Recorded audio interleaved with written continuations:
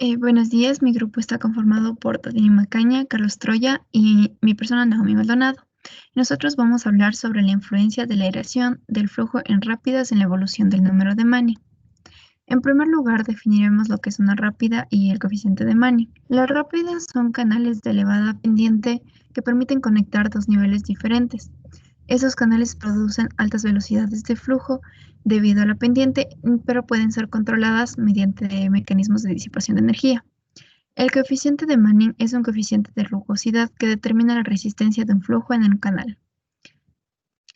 Esta investigación es realizada por el Laboratorio de Hidráulica del CEDEX con el fin de caracterizar el efecto de la influencia de la aireación en rápidas y cuencos de resalto en el marco del proyecto Emulsiona.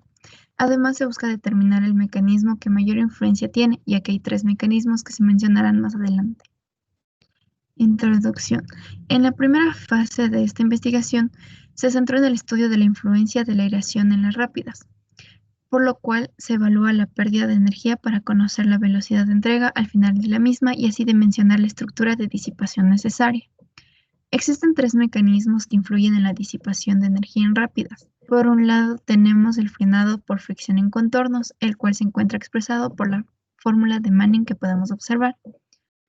La disipación turbulenta presenta una fórmula teórica, la cual fue propuesta por Ginze en 1949. Esta permite evaluar los efectos disipativos de la aireación, sin embargo, no presenta un apoyo experimental.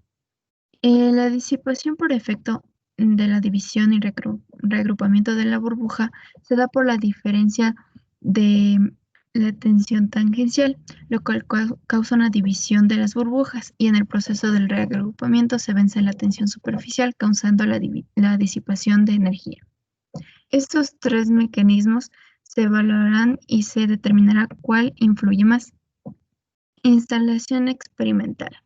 Para el análisis de la aireación, se construyó una instalación que consta de una rápida de 6,5 metros, un cuenco de amortiguamiento con una altura de 2 metros y un largo de 9,7 metros, un sistema de bombeo que permite aportar con un caudal de más de 300 litros por segundo, con una sección de entrada de 10 centímetros. Además presenta una transición circular rectangular con un ancho de 0,5 metros y un alto de 0,19 metros. También un compresor de aire de 8 bares, un caudalímetro para tubería de 350 milímetros y un filtro, una válvula de regulación de presión, un caudalímetro de aire y una válvula de regulación. Instrumentación. En esta investigación empleó un tubo de Pitot, el cual se encuentra conectado a un sensor de presión, como podemos observar en la imagen. Este instrumento proporciona el término cinético de la altura de energía y de esta manera se obtiene la velocidad de flujo. Este instrumento además fue empleado para la toma de una muestra de flujo emulsionado. Para el análisis experimental de la rápida se implementó una membrana plástica, con el fin de mantener condiciones homogéneas de aireación a lo largo de toda esta, y también evitar la incorporación del aire en el flujo por superficie. Esta que también consigue que el efecto de las condiciones de régimen libre se mantenga.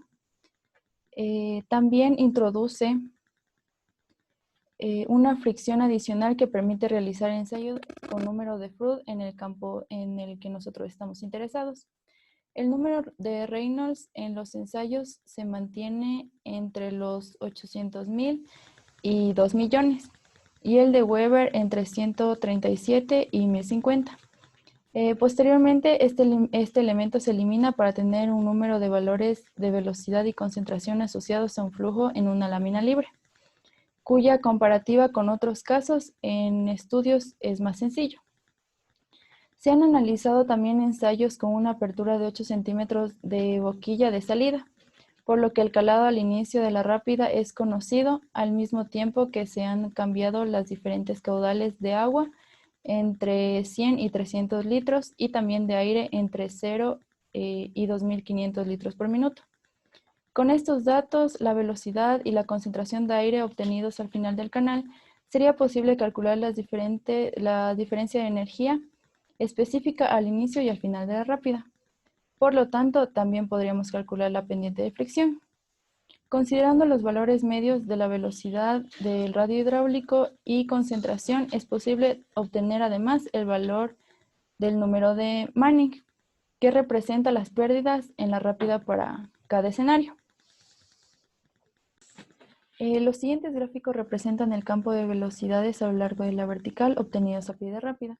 El conjunto de escenarios de ensayos están asociados a diferentes combinaciones de caudal de agua, de aire y con cubierta y sin ella. En el primero que se presenta a continuación podemos observar un campo de velocidades para un caudal de 155 litros por segundo. En el lado izquierdo con cubierta y en el derecho sin ella. Como podemos observar, en el izquierdo podemos encontrar que la velocidad máxima la tiene el caudal de aire máximo de 2500 con un valor aproximado de casi 7.2. Por el lado derecho tenemos que en cambio la velocidad máxima la obtiene el caudal de 1000. Para el campo de velocidades de 200 litros por segundo y de 300 litros por segundo con cubierta, podemos observar que en los dos casos la mayor velocidad la obtiene el caudal de aire mayor, que sería el de 2500. En el primero con aproximadamente 8 y en el segundo con aproximadamente 10.